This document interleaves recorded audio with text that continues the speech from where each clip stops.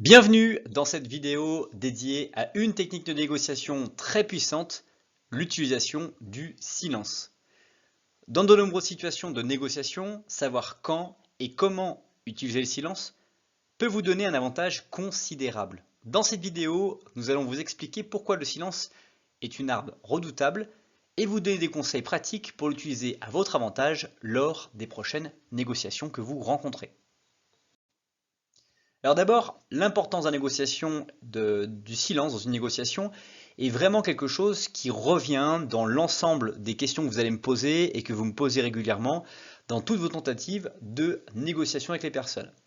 La manière dont vous allez utiliser le silence va influencer les dynamiques de pouvoir à votre avantage ou à votre inconvénient. Et ça, c'est très important de le savoir parce que parfois de ne pas dire quelque chose vous permettra de ne pas avoir quelque chose qui sera retenu contre vous à un moment ou un autre. Donc, d'omettre de parler, d'omettre de dire quelque chose ou de respecter le temps de la conversation va vous faire gagner beaucoup de choses dans votre négociation.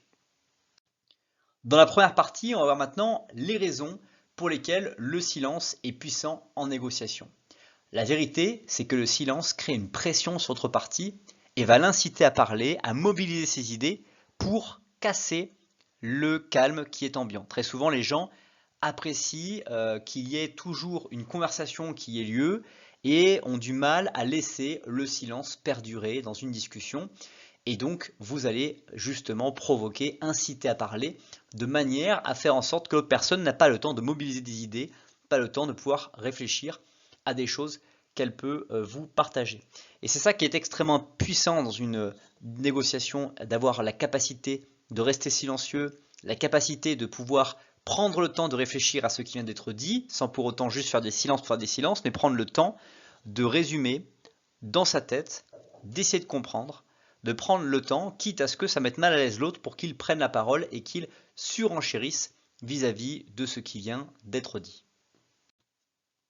Alors évidemment, il y a des moments qui sont beaucoup plus opportuns que d'autres pour utiliser le silence, et c'est extrêmement important de savoir les reconnaître. Donc il y a différents signaux et d'indices qui indiquent qu'il est temps de rester silencieux. C'est quand vous arrivez à un tournant d'incertitude, vous arrivez sur l'incertitude de la situation de la négociation. Très souvent, ce moment d'incertitude, c'est quand vous saviez ce que vous aviez à dire, vous saviez dans le scénario ce que la personne allait vous répondre, et puis tout d'un coup, vous basculez dans, on appelle la zone d'incertitude de la négociation, où on ne sait pas ce qui va sortir de l'échange. Et donc, dans ces signaux-là, c'est très important de rester silencieux, de prendre le temps de réfléchir, de maintenir son calme et d'éviter, encore une fois, de combler le silence par des paroles inutiles et d'écouter ce que l'autre va avoir à dire, ce que l'autre va avoir à penser, peut-être parfois le relancer par des questions en relançant sur un sujet, une thématique, pour faire parler l'autre et le faire se dévoiler. Parce que parfois, vous êtes face à des négociateurs qui sont brillants et qu'ils vont conserver des informations à leur avantage et vont éviter de finalement vous les partager pour pouvoir donner le moins d'informations possible, le moins de prise dans cette discussion que vous allez avoir avec eux. Il y a différents types de silence. Et c'était un des points que je voulais partager avec vous, c'est leur type de silence et leurs effets. D'abord, il y a le silence qui est assertif. Le silence assertif va montrer votre détermination, votre volonté à ne rien lâcher. Vous allez utiliser ce silence-là principalement lorsque vous avez fait une proposition et que vous arrêtez. Donc je vous propose 5 000 €. Et évidemment, vous restez dans le silence. Ce silence assertif a montré que vous êtes déterminé à avoir ces 5 000 €. Et puis il y a également le silence réfléchi, celui qui va permettre de prendre le temps de réfléchir et de peser vos réponses. Le silence réfléchi peut être utilisé par cette formule.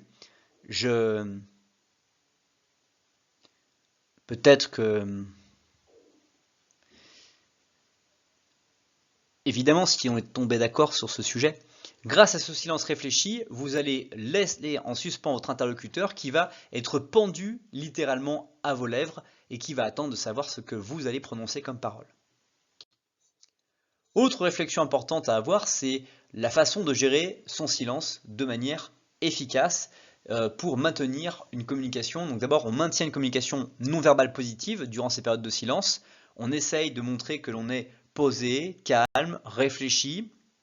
parfois que on est en train en fait de réfléchir à ce qui vient d'être dit, peut-être même qu'on montre qu'on est en train de digérer cela, et on va essayer surtout, par ce silence-là, d'encourager l'autre partie à parler en utilisant le silence comme levier, montrant qu'on est peut-être parfois indécis dans ce qu'on veut faire, et on va obliger l'autre personne de nous poser éventuellement des questions qui vont orienter la conversation dans le sens qu'on veut l'orienter. Donc c'est tout un art subtil, naturellement, d'orienter la conversation vers ce que vous souhaitez échanger.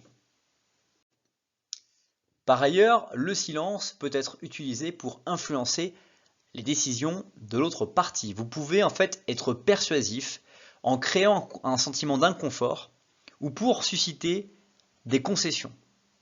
L'exemple concret, c'est on vous fait une proposition et vous restez dans le silence.